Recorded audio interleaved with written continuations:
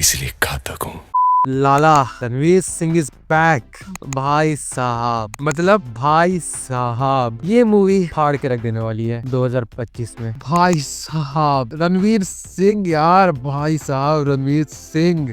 Well, Ranveer Singh को कोई भी फॉर ग्रांटेड नहीं ले सकता अगर जब बात आती है एक्टिंग की, और ये बात तो आप मानते ही हो, मुझे पता है, बताने की जरूरत नहीं है आपको, मैं जानता हूँ। और आदित्य धर, जिन्होंने अभी तक सिर्फ एक मूवी डायरेक्ट की थी, उरी, लेकिन वो आर्टिकल 370 के पीछे भी मेन आइडिया थे, और दोनों ही बहुत ही ज्यादा ग्रिपिंग और दोनों ही बहुत ही ज्यादा इंटेंस लेवल की रॉ एक्शन मूवी थी। और अगर उसी चीज में एक और एलिमेंट को डाल दिया जाए, मतलब जो वर्ड होता है ना कमर्शियल, अगर उसे डाल दिया जाए, तो इधर वो एक बहुत ज्यादा अंडरवेलमिंग प्रोजेक्ट निकल के आएगा, या फिर कुछ ऐसा निकल कर आएगा जिससे ऑडियंस सिर्फ और सिर्फ ओवरवेलम होगी। और इस पार्टिकुलर टीजर, मैं टीजर ही बोलूंगा, तो इस पार्टिकुलर टीजर को देख के तो यही लग रहा है कि ऑडियंस अंडरवेलम बिल्कुल भी नहीं, ओवरवेलम वो श्योर होने वाली है। एंड अगेन से भाई साहब रणवीर सिंह, भाई साहब रणवीर सिंह, मुझे आज भी याद है वो साल था 2018, जब एक फिल्म आई थी पद्मावत, जिसमें रणवीर सिंह ने रोल किया था अलाउद्दीन खिलजी का। और उस मूवी में उनके रोल में जो इंटेंसिटी थी ना, वो उस मूवी में जितने भी सारे बाकी एक्टर्स थे उनके स्क्रीन प्रेजेंस को खा गई थी, लिटरल खा गई थी। और ये मैं बायस होकर नहीं बोल रहा हूँ, as a true cinema observer के थ्रू बोल रहा हूँ। एंड उस इंटेंसिटी को और ज्यादा मैक्सिमाइज करके रणवीर सिंह ने फर्स्ट शॉट इस मूवी में डिलीवर किया अपनी परफॉर्मेंस को, और वो क्लियर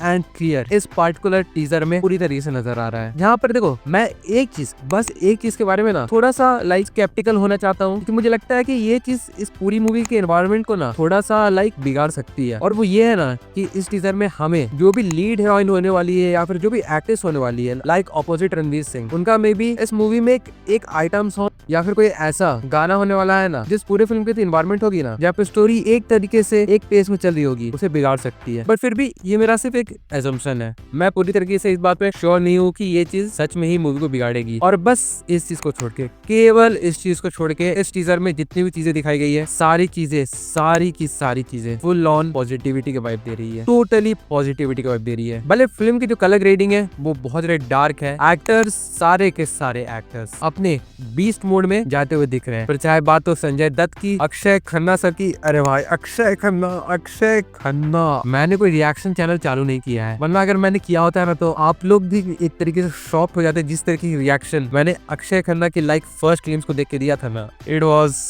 अ मूवमेंट। फिर उनके बाद Arjun Rampal, R Madhavan sir, and the final god mode of Ranveer Singh. मतलब ये चीज तो मैं जानता हूँ कि रणवीर सिंह रॉकी एंड रानी की प्रेम कहानी, जो कि 2023 में आई थी, मतलब 2023 के मिड में आई थी, उसके लाइक 2.5 साल बाद उनकी कोई मूवी आ रही है, तो जाहिर सी बात है कि मेकर्स पूरी तरीके से चाहेंगे कि रणवीर सिंह को जितने ज्यादा ग्रैंड वे में हो सके उतने ज्यादा ग्रैंड वे में उन्हें दिखाया जाए, भले फिल्म का जॉनर कुछ भी हो। और हमें अभी पता है कि करंटली इंडस्ट्री में कंपटीशन कितना भयानक बढ़ गया है। यहाँ पे कार्तिक आर्यन ने भी भूल-भुलैया 3 जैसी मेगा ब्लॉकबस्टर फिल्म दी, रणबीर कपूर तो भोकाल काट ही रहे हैं, तो इन सारे माहौल में जो एक एक्टर की कमी थी वो अब शायद से पूरी होने वाली है। Cause the man is back, the man Ranveer Singh is back. और देखो, अगर रणवीर सिंह से हट के किसी और बंदे पे मुझे पूरी तरीके से कॉन्फिडेंस है ना कि हाँ ये बंदा डिलीवर करेगा, तो वो है ऑब्वियस से इस फिल्म के डायरेक्टर आदित्य धर। मतलब अगर बात हो स्पाई मूवी की, तो ये बंदा डिसअपॉइंट कर ही नहीं सकता है, किसी भी मामले में डिसअपॉइंट नहीं कर सकता है। और इस फिल्म को देख के लग रहा है कि इस फिल्म में आदित्य धर ने कमर्शियल वाली जो चीज है ना उसे भी उठाने की कोशिश की है। और जैसा मैंने पहले भी बताया, अगर ये चीज अच्छी तरीके से पुल आउट हो गई तो भाई साहब Ranveer Singh will be back in the game. और जितने सारे इनसाइडर की तरफ से खबर आ रही है ना, तो उसे सुनकर तो ये कहा जा सकता है ये मूवी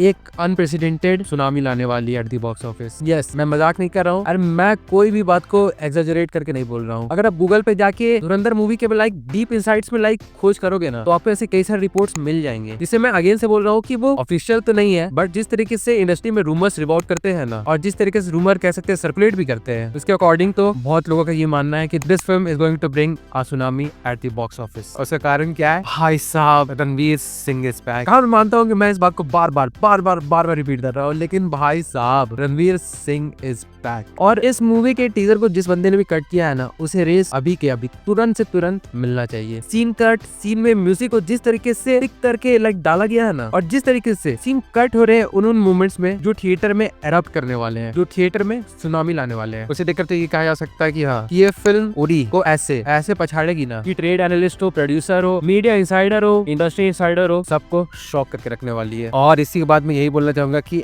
अब आप कंपटीशन में मजा आने वाला है, बहुत ज्यादा मजा आने वाला है। एंड अगर मतलब मुझे तो काफी कॉन्फिडेंस है, लेकिन अगर इस फिल्म ने बहुत एक्स्ट्रा ऑर्डिनरी काम करके दिखा दिया ना, तो जो भी प्रोजेक्ट्स होल्ड पे गए हैं ना रणवीर सिंह के, वो यू ग्रीन लिट होंगे तुरंत। एंड इस चीज के चांसेस बहुत हाई है कि रणवीर सिंह भौकाल बचाने वाले हैं। भाई बंदे की आंख में इंटेंसिटी देखो, लिटरल लग रहा है कि अलाउद्दीन खिलजी मॉडर्न टाइम में वापस आ गया है। और इसीलिए बोल रहा हूँ मैं, मजा आने वाला है, बहुत मजा आने वाला है। Because the man Ranveer Singh is back.